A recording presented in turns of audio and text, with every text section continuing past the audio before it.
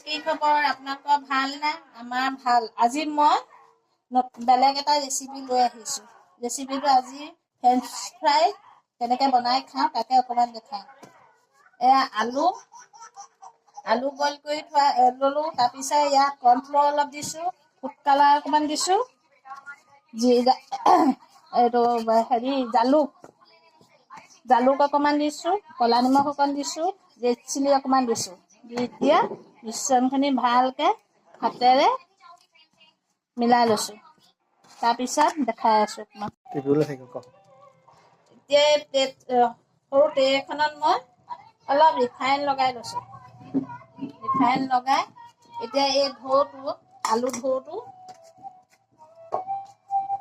ইয়াত দি দিম দি এতিয়া সমান চাইজত স্কোৱাৰ টাইপত অলপ মেলি দিম কোনোবাই পলিথিনত ভৰাই বেলি দিব পাৰে মই কিন্তু পলিথিনত নাই দিয়া তেনেকুৱা ডাঙৰ পলিথিন নাই কাৰণে নাই দিয়া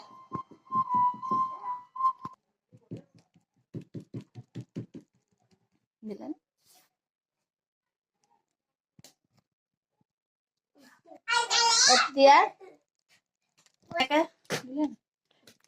এতিয়া এনেকে মেলি দিলোঁ পাতলকে মেলাৰ পিছত এতিয়া এঘণ্টামানৰ কাৰণে বা আধা ঘণ্টামানৰ কাৰণে ফ্ৰিজত থৈ দিলে ভাজিম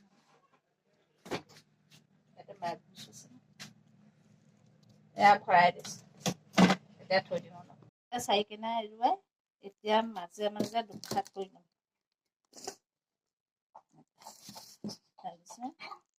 চাইজটো মই অলপ সৰু কৰিছোঁ কাৰণে দুভাগ কৰি লৈছোঁ কোনোবাই ডাঙৰকৈ কৰিলেও কৰিব পাৰিব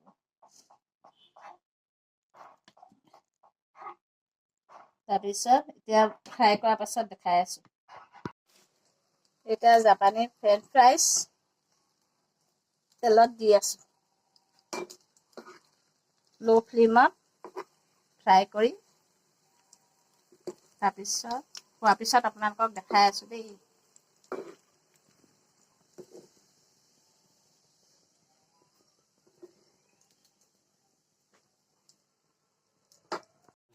অকণমান চাট মছলা দিছোঁ জাপানী ফ্ৰেঞ্চ ফ্ৰাইজ ৰেডি হৈ গ'ল ইয়াত অলপ মেয়নিজ দি দিম চাট মছলা আৰু মেয়নিজ